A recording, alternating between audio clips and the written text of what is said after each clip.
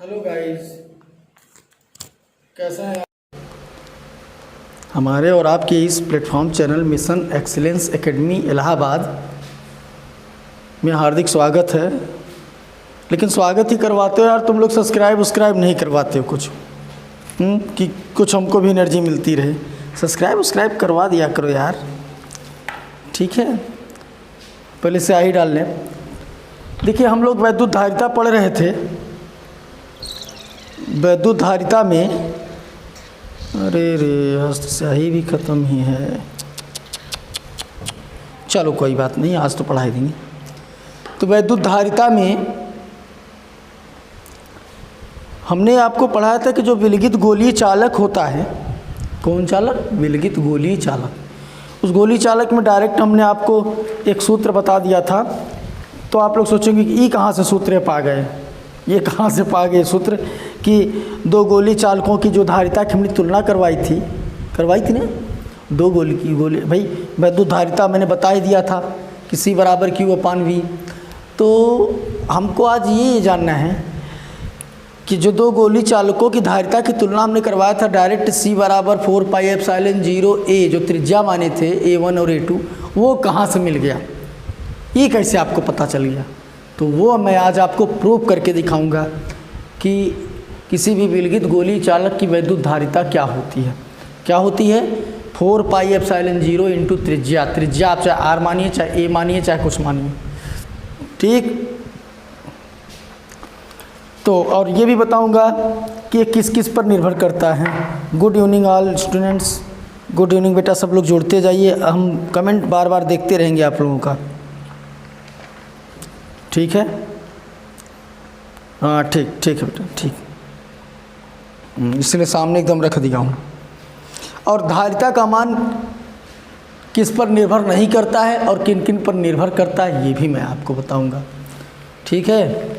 और दो चालकों को तार से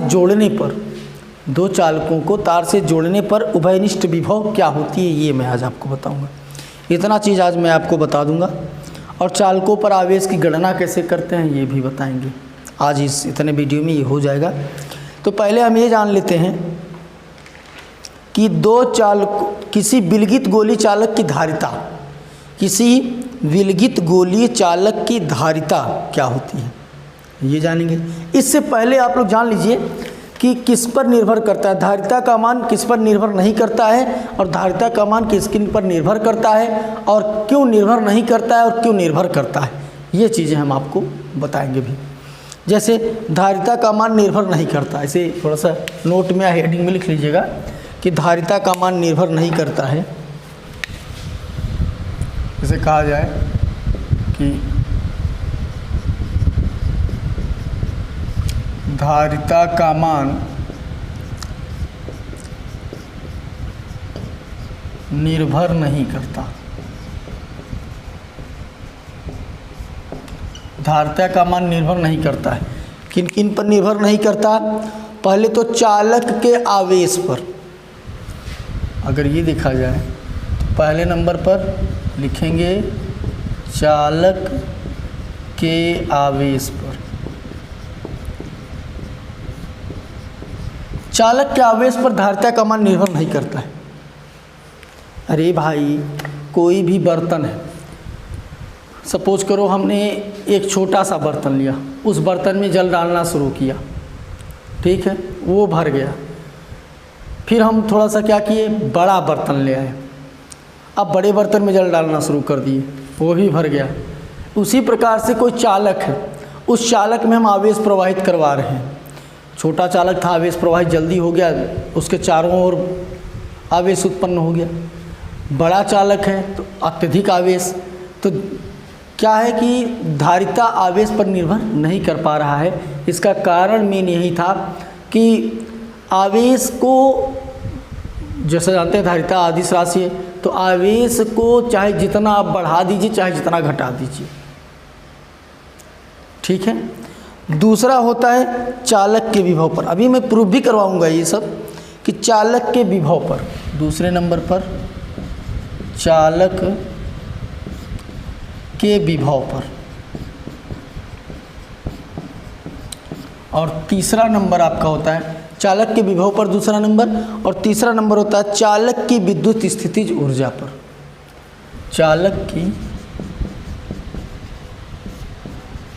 ये याद भी कर लीजिएगा, अक्सर एक नंबर में पूछा जाता है कि क्या धारिता का मान चालक की विद्युत स्थितिज ऊर्जा पर निर्भर करता है, तो आप कहेंगे नहीं करता है, या ऐसे ऑप्शन में दे देगा कि धारिता का मान निर्भर नहीं करता है, 4 ठो ऑप्शन देगा, उसमें पता चला कि चालक की विद्युत स्थितिज ऊर्जा पर, तो आप उसी पर टिक करिएगा।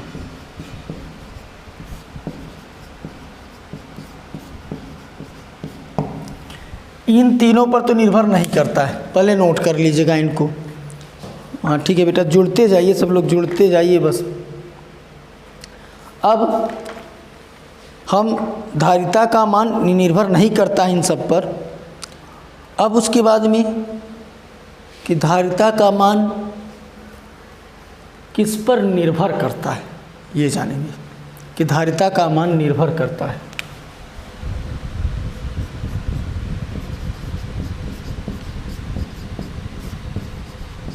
धारिता का मान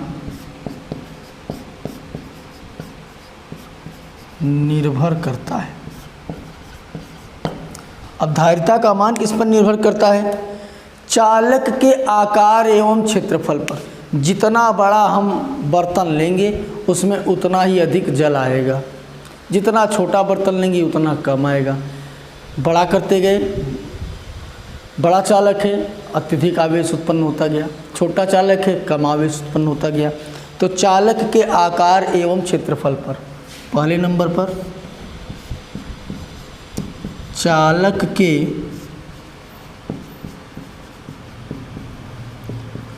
आकार एवं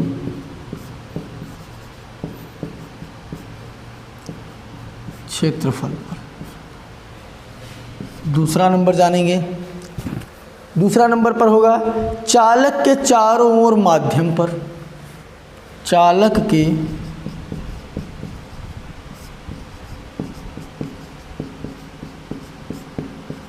चारों ओर माध्यम पर। और जो तीसरा पॉइंट होता है वो चालक के समीप दूसरा चालक रखने पर। कोई चालक है उसके समीप कोई हम दूसरा चालक रख दें, चालक के समीप कोई दूसरा चालक रखने पर।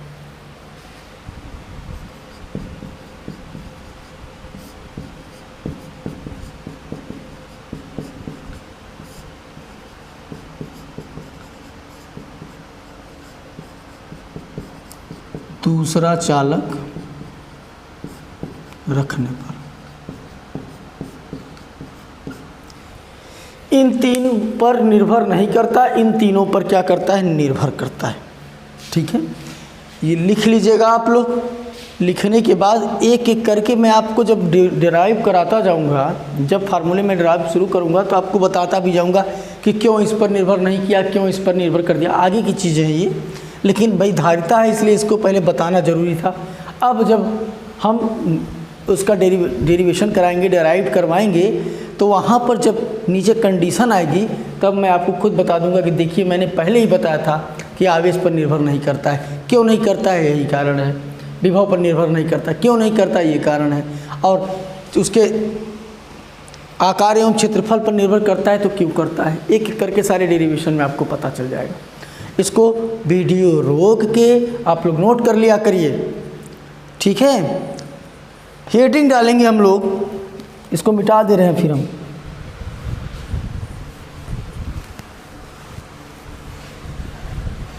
इसको मिटा दे रहे हैं। नोट्स बनाते चलिए, तैयारी करते चलिए, ठीक है। और बहुत कुछ खास नहीं है, सब समझ में आएगा आप लोगों की। हेडिंग डालेंगे किसी विलगित गोलीय चालक की धारिता, जो उस दिन हम डायरेक्ट लिख दिए थे, तो उसी का फार्मूला मैं डिराइव करवा दे रहा हूँ। क्या था कि किसी विलगित गोली चालक की धारिता। हेडिंग डालेंगे विलगित गोली चालक की धारिता, या किसी विलगित गोली चालक की धारिता। किसी विलगित गोलीय, किसी विलगित गोलीय चालक की धारिता, गोलीय चालक की धारिता, किसी विलगित गोलीय चालक की धारिता क्या होती है ये जानेंगे।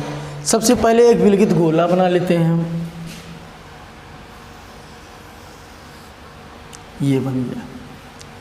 इसकी कुछ न कुछ हम त्रिज्या दे देते हैं, कुछ भी त्रिज्या ए ही दे दो। मान लेते हैं इसकी त्रिज्या क्या है, ए।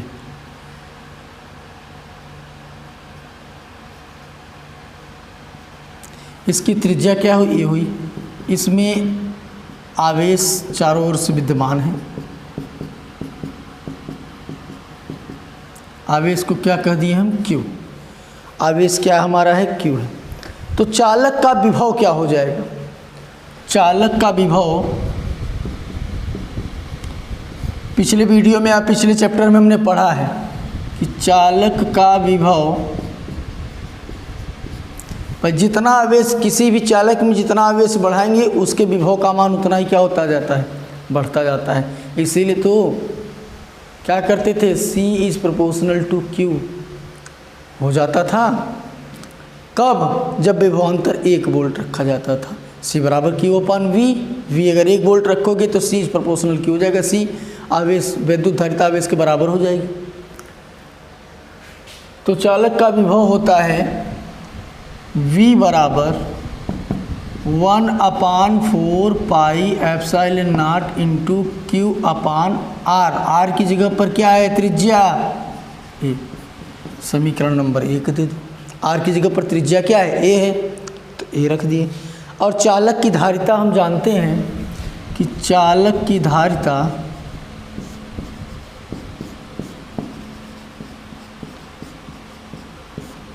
C बराबर होता है Q/V, होता है चालक की धारिता C बराबर Q/V।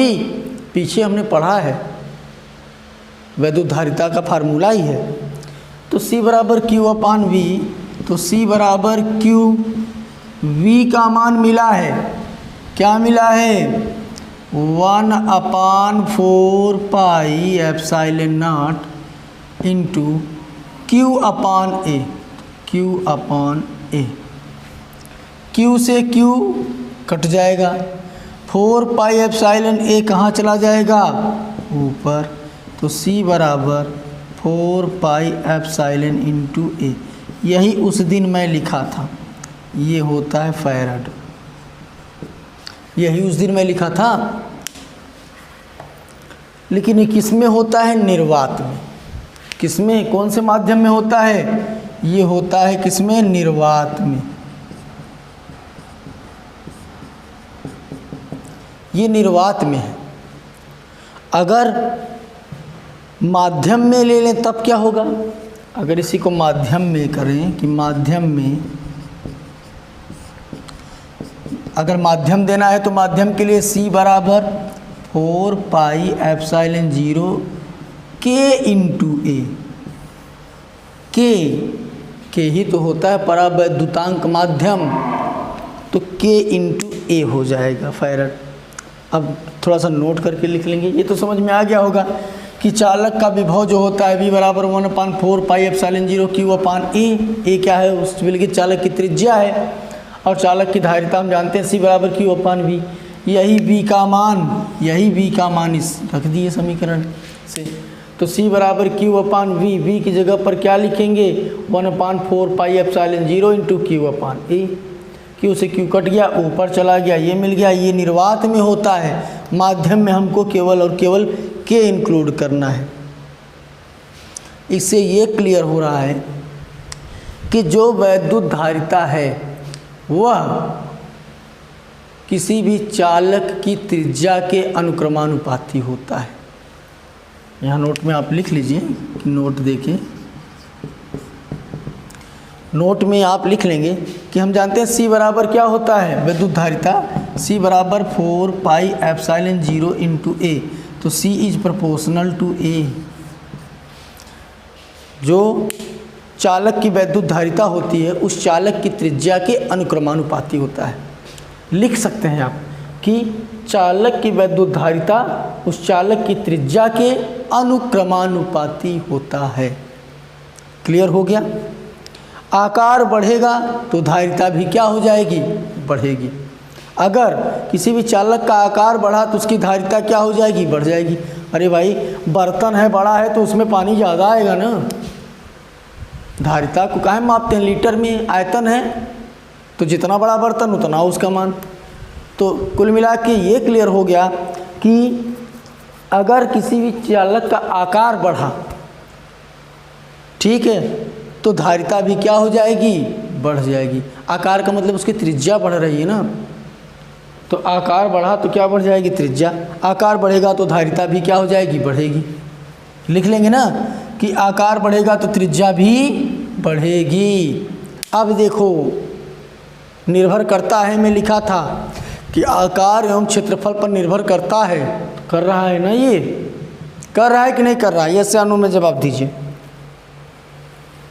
भाई किसी भी बर्तन, बड़ा बर्तन लोगे ज़्यादा पानी आएगा, धारिता ज़्यादा होगी, ज़्यादा वजन रहेगा। तो वैसे ही ये भी है कि अगर आकार बढ़ेगा किसी चालक का तो उसकी धारिता भी क्या हो जाएगी? बढ़ जाएगी।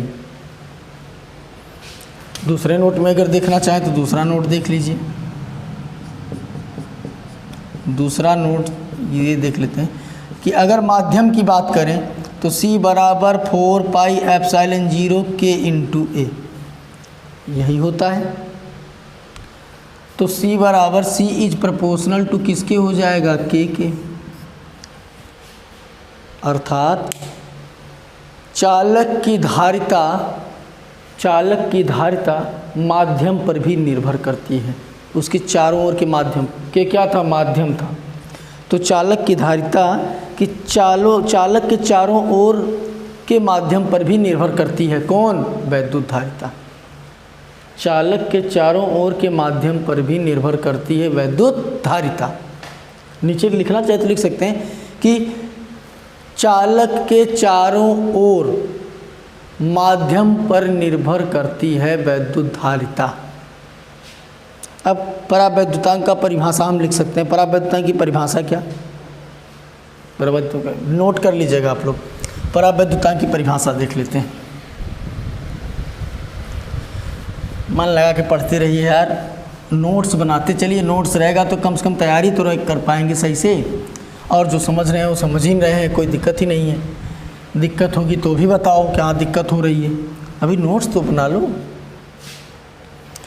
क्या है परावैद्युतांक की परिभाषा? जैसे देख लीजिए यहाँ कि परावैद्युतांक की परिभाषा समझा देते हैं क्या होता है परावैद्युतांक।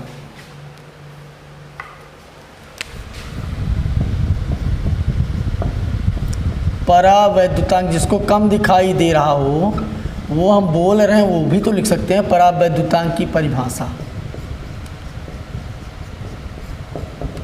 परावैद्युतांक की परिभाषा हम जानते हैं। निर्वात में वैद्युत धारिता क्या होती है? निर्वात की बात करें, निर्वात में C बराबर 4 पाई एप्सिलॉन 0 A, और माध्यम की बात करें अगर तो माध्यम में C बराबर होता है 4 पाई एप्सिलॉन, यहाँ C माध्यम के लिए कुछ लिख दो, C मीडियम लिख दो, मीडियम मतलब माध्यम, एप्सिलॉन K इंटू A, यही होता है। अब ज़रा इन दोनों में भाग करा दो अगर कि माध्यम में C medium upon C equal 4 pi epsilon 0 K A upon 4 pi epsilon 0 A से मर गया, एप्सिलॉन पाई पाई सब कट गया। तो C मीडियम अपान C इक्वल क्या हो रहा है? K। अर्थात ये हो गया कि किसी भी चालक के चारों ओर का माध्यम तथा उस चालक की धारिता का अनुपात एक नियतांक होता है। किसी भी चालक के चारों ओर का माध्यम तथा उस चालक की धारिता का अनुपात एक नियतांक होता है। के एक नियतांक है जो परावैद्युतांक माध्यम है। ठीक है। किसी भी चालक के चारों ओर का माध्यम उस चालक की वैद्युत धारिता के अनुपात का नियतांक होता है। क्लियर हो गया, लिख सकते हैं। अब बड़ा इम्पॉर्टेंट है कि दो चालकों को तार से जोड़ने पर उभयनिष्ठ विभव क्या होता है। नोट करते जाइएगा आप लोग। क्लियर है, यहाँ से क्लियर हो गया ना कि किसी भी चालक के चारों ओर का माध्यम उस चालक की वैद्युत धारिता के अनुपात के नियतांक के बराबर होता है।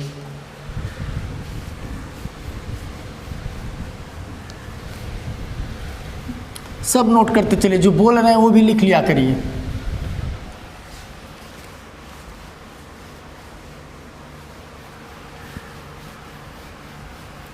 चलो हम ये देख लेते हैं, दो चालकों को तार से जोड़ने पर उभयनिष्ठ विभव।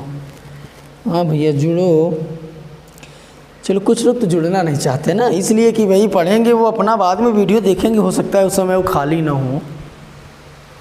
भाई बड़ा काम रहता है, तुम लोग बुद्धिजीवी प्राणी, घर के पूरे भार को तुम ही लोग उठाए हो।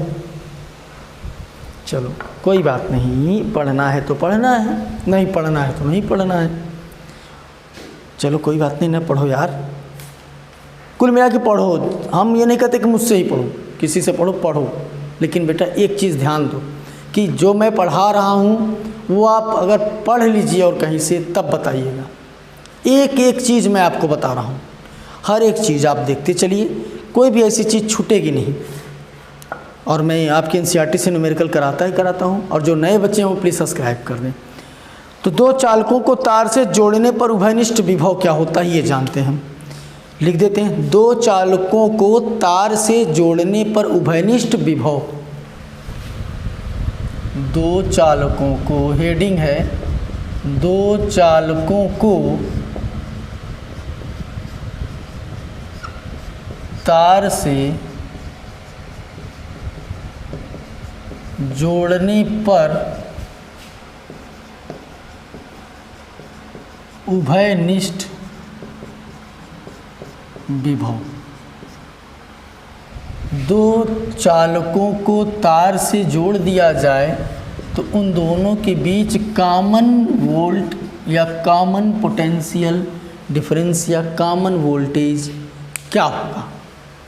दो तारों को, दो चालकों को जोड़ते हैं, चलो हम दो चालक बना लेते हैं।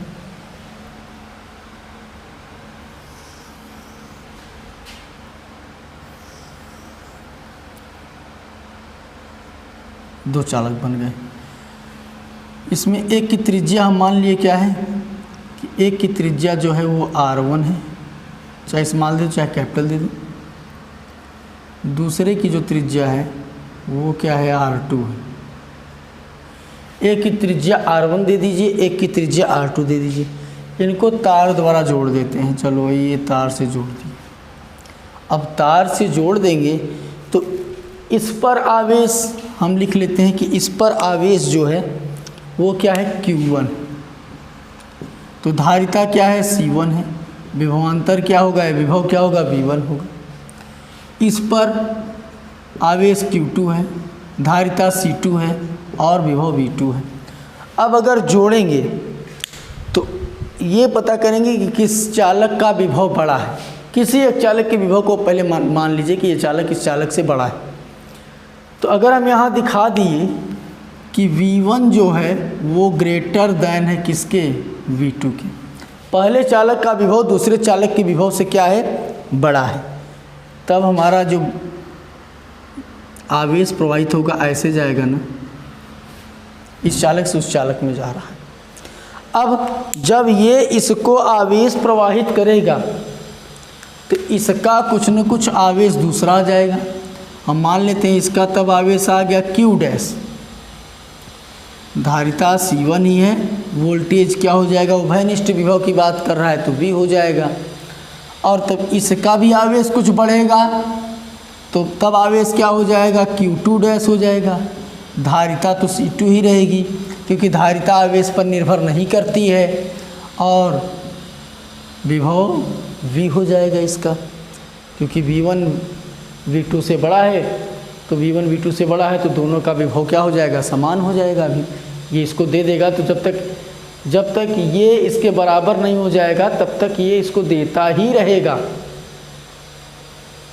ठीक, तो उभयनिष्ठ विभव का काम जो करता है वो किस पर करता है, आवेश संरक्षण के सिद्धांत। आवेश संरक्षण का सिद्धांत जानते हैं ना, जोड़ने के पहले का आवेश बराबर जोड़ने के बाद का आवेश।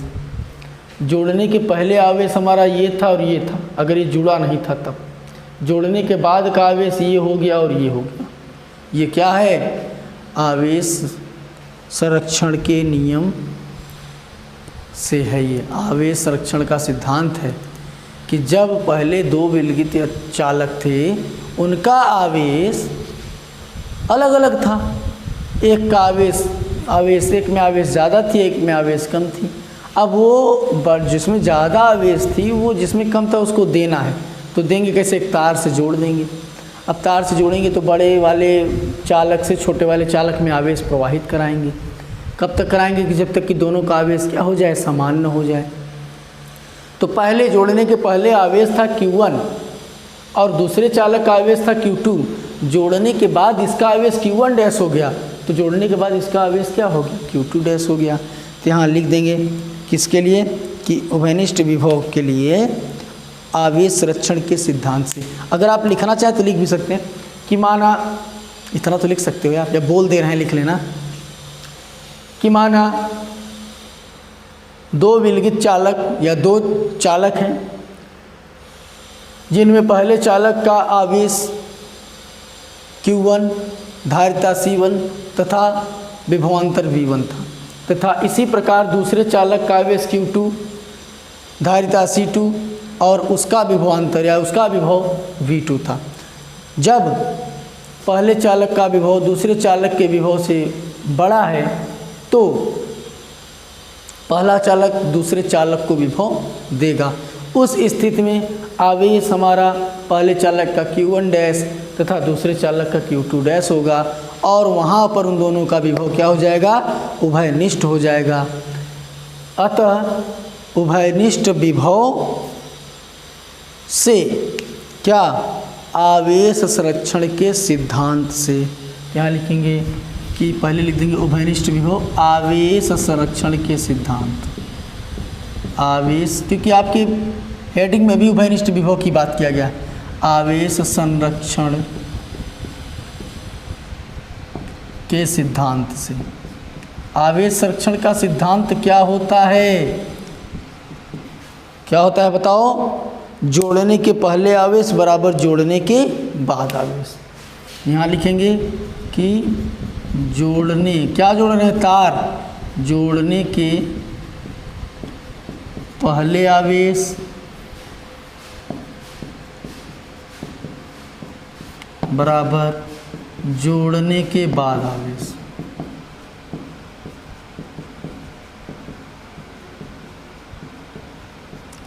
तो जोड़ने के पहले आवेश बराबर जोड़ने के बाद आवेश, आवेश की बात कर रहा है। जोड़ने के पहले आवेश क्या था, इसका Q1 उसका Q2, दोनों को जोड़ोगे तो क्या हो जाएगा, Q1 प्लस Q2 बराबर। जोड़ने के बाद का आवेश इसका क्या हो गया था, Q1 dash plus Q2 dash, यही था। और हम जानते हैं कि Q बराबर क्या होता है, C इंटू V होता है, क्योंकि Q बराबर होता है CV। तो Q1 बराबर क्या हो जाएगा, C1V1, यही होगा ना। Q बराबर C1V1, Q2 बराबर C2V2 होगा यही। और इधर से Q1 डैश बराबर क्या हो जाएगा, Q1 डैश बराबर, बोलिए, Q बराबर CV था, तो जब Q1 था तो C1V1, Q2 था तो C2V2, Q डैश बराबर हो जाएगा C1V। अब तो C1V ही बचा है ना, तो C1V और Q2 डैश बराबर हो जाएगा C2V। यही मान इसमें रखो। Q1 की जगह पर लिखेंगे हम C1V1 Q2 की जगह पर C2V2, Q1 डैश की जगह पर C1V, Q2 डैश की जगह पर C2V। ये जैसा वैसा लिख दो, C1V1 प्लस C2V2 बराबर V कामन ले लो तो C1 प्लस C2, या अगर हम इसी को लिख दें V बराबर C1V1 प्लस C2V2 अपान में जाएगा C1 प्लस C2। ये उभयनिष्ठ विभव मिल जाएगा, दोनों चालकों का उभयनिष्ठ विभव है ये क्या है, दोनों चालकों का उभयनिष्ठ विभव। लिख दीजिए कि दोनों चालकों का उभयनिष्ठ विभव, दोनों चालकों का क्या है, ये उभयनिष्ठ विभव है। ये मिल गया। हाँ बेटा जुड़ते जाइए, समझा दे इसको, कुछ नहीं था। हम मान लिए, माना दो विलगित चालक आवेश हैं या दो चालक हैं, माना दो चालक आवेश जिनके Q1 और Q2 हैं, जिनमें वैद्युत धारिता C1 तथा विभव C1 C2 और विभव V1 V2 हैं। जब पहले चालक से दूसरे चालक में आवेश प्रवाहित करते हैं तब हमारा आवेश Q1 डैश और Q2 डैश हो जाता है। इस स्थिति में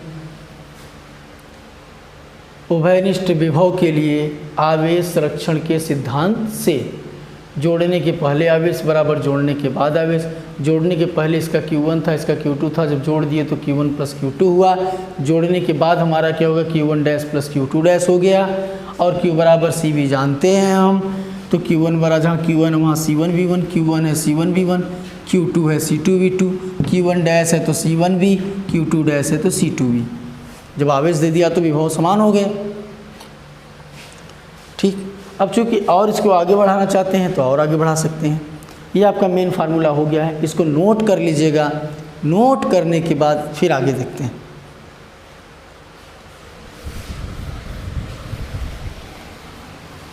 लिखना उखना उतना ज़रूरी नहीं होता है कि ये लिखें, तभी आप इस तरह से लिख देंगे, एग्जामिनर खुद ही जानता है कि भाई ये तो सब दर्शा ही दिया, तो कोई ज़रूरी है लिखना। लिखने की इच्छा हो तो आप लोग लिख लीजिएगा। हाँ, लिखने कुछ लोग बहुत शौकीन होते हैं ना।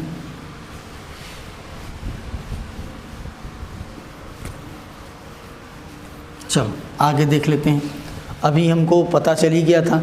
अब हम जानते हैं कि चूँकि धारिता अगर दो चालक हैं, कितने चालक हैं, दो चालक हैं, तो C1 बराबर 4 पाई एप्सिलॉन 0, पहले चालक की त्रिज्या R1 ही लिए थे ना गोला जब बनाए थे तो, और दूसरे चालक की त्रिज्या C2 बराबर जो लिए थे वो 4 पाई एप्सिलॉन 0 क्या लिए थे, त्रिज्या R2 ही लिए थे।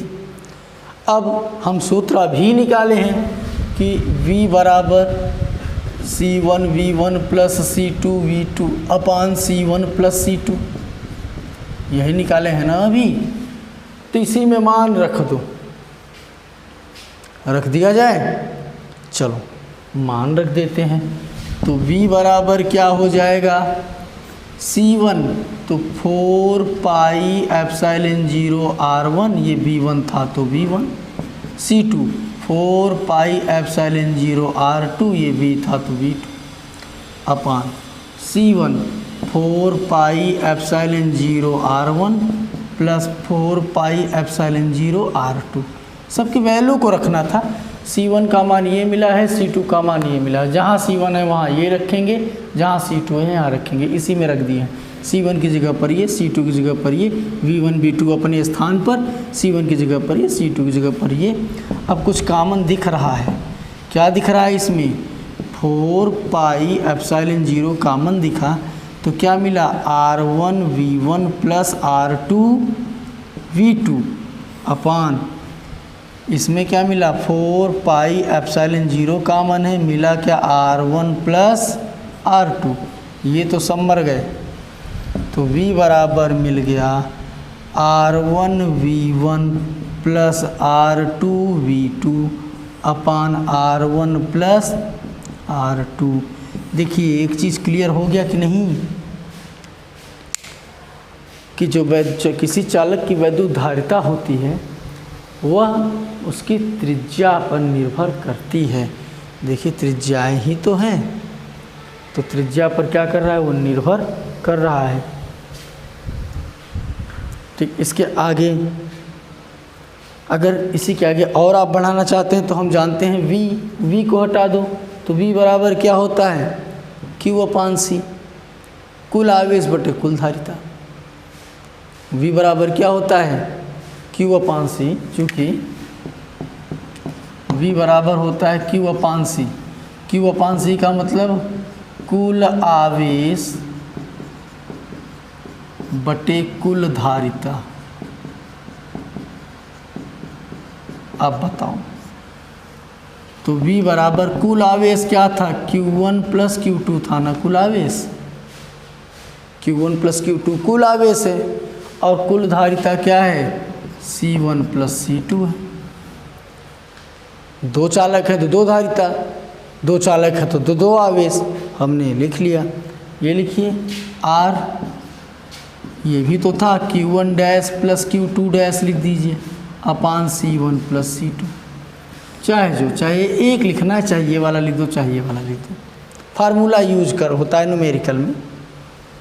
ठीक है, अब चालकों पर आवेश की गणना कैसे करेंगे, पहले इसको समझ लिए कि नहीं। मान रख के हल करना होता है, कुछ होता नहीं इसमें बेटा। आप लोग वीडियो रोक कर नोट कर लीजिएगा, ठीक है ना। चलो भाई, हाँ या नाम जवाब दे दिया करो बेटा। अभी तो केवल और केवल आप लोग डेरिवेशन सीख रहे हैं, डेरिवेशन केवल सीख रहे हैं आप लोग, और कुछ कर नहीं रहे हैं अभी केवल आप नोट करते चलिए, कुछ खास इसमें है नहीं समझाने वाली बात। वैल्यू तो रखना आता ही है, सूत्र पीछे पता ही चल गया है। दिक्कत ये थी कि जो हम डायरेक्ट लिख दिए थे 4πε0 A1 और A2 वाला, कैसे आया ये भी मैं आपको बता दिया।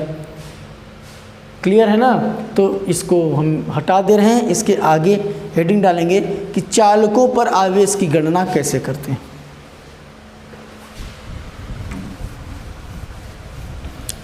हेडिंग डालते हैं चालकों पर आवेश की गणना।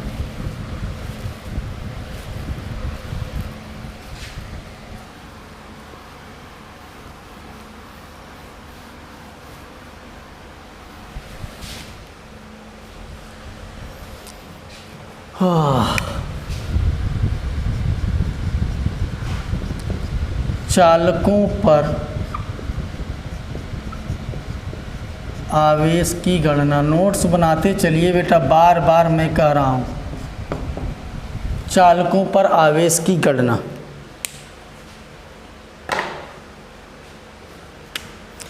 अब दो चालक पहले बना लेते हैं, जैसे बनाए थे कि ये एक चालक ये हो गया, दूसरा चालक ये हो गया। अब बताए थे कि ये था Q1 C1 V1, ये था Q2 C2 V2, और यहाँ पर Q1 डैश मिला था, C1 मिला था उभयनिष्ठ विभव, यहाँ पर Q2 डैश मिला था, C2 मिला था उभयनिष्ठ विभव। यही था, तार इसमें ऐसे ऐसे करके जोड़ दिए, इसमें तार हम क्या कर दिए, जोड़ दिए हैं। तो हम जानते हैं कि चूँकि Q बराबर क्या होता है, C/V होता है। चूँकि Q बराबर क्या होता है, CV, Q बराबर CV होता है, तो Q1 डैश बराबर क्या हो जाएगा, C1V। समीकरण नंबर 1। Q2 डैश बराबर क्या हो जाएगा, C2V। समीकरण नंबर 2। समीकरण 1 और 2 को दे दिए, समीकरण 1 में से 2 का भाग करा देते हैं। समीकरण, इन सब का प्रयोग केवल न्यूमेरिकल में सूत्र के लिए होगा, ठीक है। समीकरण 1 डिवाइडेड बाई समीकरण 2 भाग देंगे तो क्या हो जाएगा, Q1 डैश अपान Q2 डैश इक्वल, B से B कट जाएगा, क्या हो जाएगा, C1 अपान C2 होगा। अर्थात दो चालकों को उभयनिष्ठ तार से जोड़ने पर, लिख दें, दो चालकों को उभयनिष्ठ तार से जोड़ने पर उन पर आवेश का अनुपात उनकी धारिताओं के अनुपात के बराबर होता है। दो चालकों को एक उभयनिष्ठ तार से जोड़ने पर, दो चालक हैं उनको एक उभयनिष्ठ तार से क्या कर दिया गया, जोड़ दिया गया। दो चालकों को उभयनिष्ठ तार से जोड़ने पर उन पर आवेश का अनुपात उसकी धारिता के अनुपात के बराबर होता है। लिख दीजिए कि दो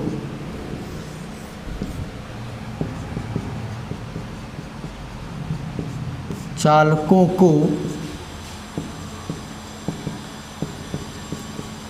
उभयनिष्ठ तार से जोड़ने पर, दो चालकों को उभयनिष्ठ तार से जोड़ने पर आवेश का अनुपात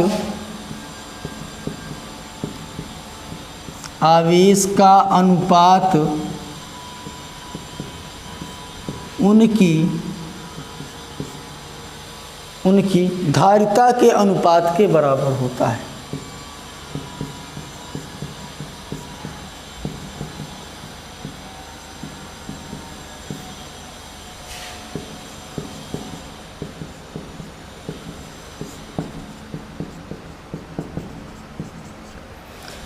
दो चालकों को उभयनिष्ठ तार से जोड़ने पर उनके आवेशों का अनुपात उसकी धारिता के अनुपात के क्या हो जाता है, बराबर हो जाता है। देखिए जब तार से जोड़ दिए तो इसका आवेश Q1 डैश था, इसका आवेश Q2 डैश था, यही था। जब जोड़ दिए इन दोनों को एक साथ तब उनकी विद्युत धारिताओं का अनुपात भी क्या हो जाएगा, C1 और C2 क्या हो जाएंगे, इस Q1 डैश Q2 डैश के बराबर हो जाएंगे, क्योंकि इन दोनों पर आपका जो विभव है वो क्या है, उभयनिष्ठ है। उभयनिष्ठ का मतलब समझते हैं ना, वही अंक या वही अक्षर या वही भाग दोनों में रहे।